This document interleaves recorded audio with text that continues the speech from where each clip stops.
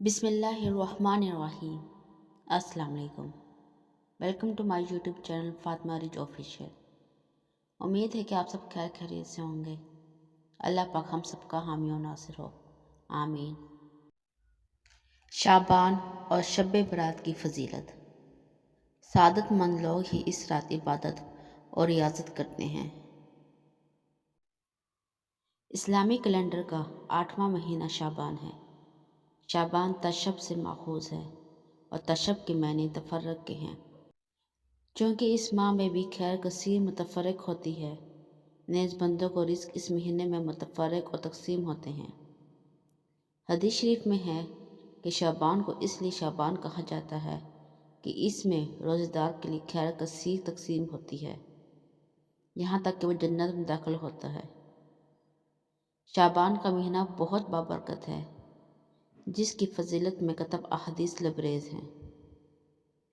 रसूलुल्लाह सल्लल्लाहु अलैहि वसल्लम ने फरमाया, शाबान रजब और माह रमज़ान के दरमियान में का एक महीना है। लोग इसकी शान से काफिल हैं। इसमें बंदों के अमाल उठाए जाते हैं और मुझे ये महबूब है कि मेरे अमाल इस हाल में उठें कि रोज़ेदार हूँ। शाबान मेरा महीना और रमज़ान अल्लाह का महीना है। हज़रत उम्मुल मोमिनीन सैयदा आयशा सिद्दीक़ा रज़ियल्लाहु अन्हा फरमाती हैं कि नबी करीम सल्लल्लाहु अलैहि वसल्लम को तमाम महीनों से ज़्यादा प्यारा महीना शाबान था।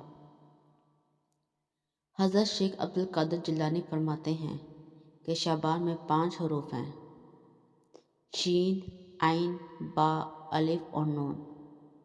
बस शीन इबारत है शर्फ से और ऐन इबारत है अलू से, बा इबारत है बर भलाई से और अलिफ इबारत है उल्फत यानी मोहब्बत से और नून इबारत है नूर से। लिहाजा अल्लाह ताला माह शाबान में अपने नेक बंदों को ये 5 चीज़ें अता फरमाता है। नेज़ फरमाते हैं कि इस महीने में महबूब की बरियत सल्लल्लाहु अलैहि वसल्लम पर दरूद शरीफ कसरत से पढ़ना चाहिए, क्योंकि ये महीना हजूर सरापे नूर शाफी यौम अन-नशूर का है।